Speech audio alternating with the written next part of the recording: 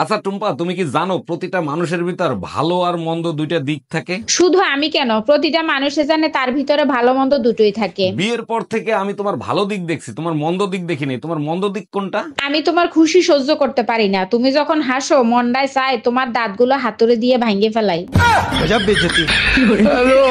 এই কাঁচা আম আনছি আচার দেওয়ার জন্য, আমগুলো পাইকে গেল কি করে? পাকবে না কি করবে, সবকিছু তো ভেজাল। দেখো কেমিক্যাল দেয়া আম আনছো নাকি? আরে না, কাঁচা বাজার দিয়ে আম আনছে, ওই আমে কেমিক্যাল আসবে কি করে? ভালো কথা, আজকে কি তোমার মা আসছিল নাকি? হ্যাঁ আসছিল, তুমি আসার আগেই চলে গেছে। তুমি কি করে জানলা? কাঁচা আম পাকা দেখে তোমার মায়ের কথা তো কেমিক্যালের চাইতেও বিষাক্ত। জানো, সৃষ্টিকর্তা যখন মা তৈরি করছে অনেক চিন্তা ভাবনা করে তৈরি করছে। এমন ভাবে মাকে তৈরি করছে যাতে সন্তানরা মায়ের কাছে জান্নাত খুঁজে পায়। ঠিকই বলছো। এরপর শয়তান চিন্তা করলো তাহলে তো আমারও কিছু তৈরি করতে হয়, তখন শয়তান শাশুড়ি মা তৈরি করে দিছে। এই আমাদের বিয়ের সময় কাজী সাহেব তোমার কানে কানে কি দোয়া পড়ছিল? বিয়ে ভাঙানির দোয়া পড়ছিল। ইস, কেন যে কাজী সাহেবের দোয়া আমলে নিলাম না।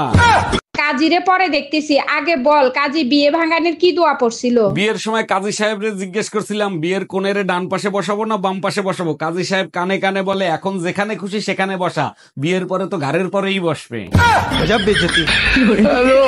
ও ভাবি, লিচু খাবেন? আমাদের গাছের লিচু অনেক মিষ্টি হয়। অরুণ ভাই, খাইতে তো ইচ্ছা করে, কিন্তু তার আগে বলেন আপনাদের কাছে কালা লিচুও হয় নাকি? এইসব কি বলেন? লিচু আবার কালা হয় নাকি? তা কালা লিচু কোথায় দেখলেন আপনি?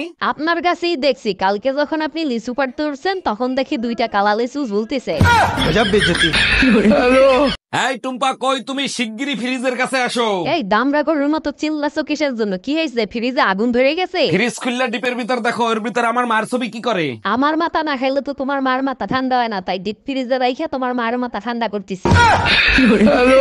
আরে ভাবি, আপনাদের তো নতুন বিয়ে হয়েছে, তা হানিমুনে কোথায় যাবেন কিছু সিদ্ধান্ত নিছেন? অরুণ ভাই, হানিমুন করে বড় লোকরা, আমরা গরিব মানুষ, আমাদের বিয়ে হয়েছে এটাই অনেক বড় ব্যাপার। কি যে বলেন ভাবি, গরিব বড় লোক আছে নাকি? এখন হানিমুনে সবাই যায়। দেখেন আপনার জন্য ভাই কোনো প্ল্যান করে রাখছে নাকি? আপনার ভাই মজবুত একটা খাট কেনার প্ল্যান করতেছে যাতে খাটের আওয়াজ বাইরে না যায়।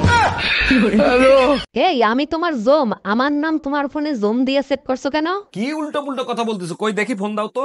ভালো করে দেখো, আজকে এই জমের হাতের থেকে তোমারে কেউ রক্ষা করতে পারবে না। তার আগে বলো, তুমি করোনার সময় অটো পাস করছিলা? হ্যাঁ, করোনার সময় অটো পাস করছি, তো কি হয়েছে? আরে মূর্খ গাউয়া খ্যাত, এটা জোম না, এটা হোম লেখা।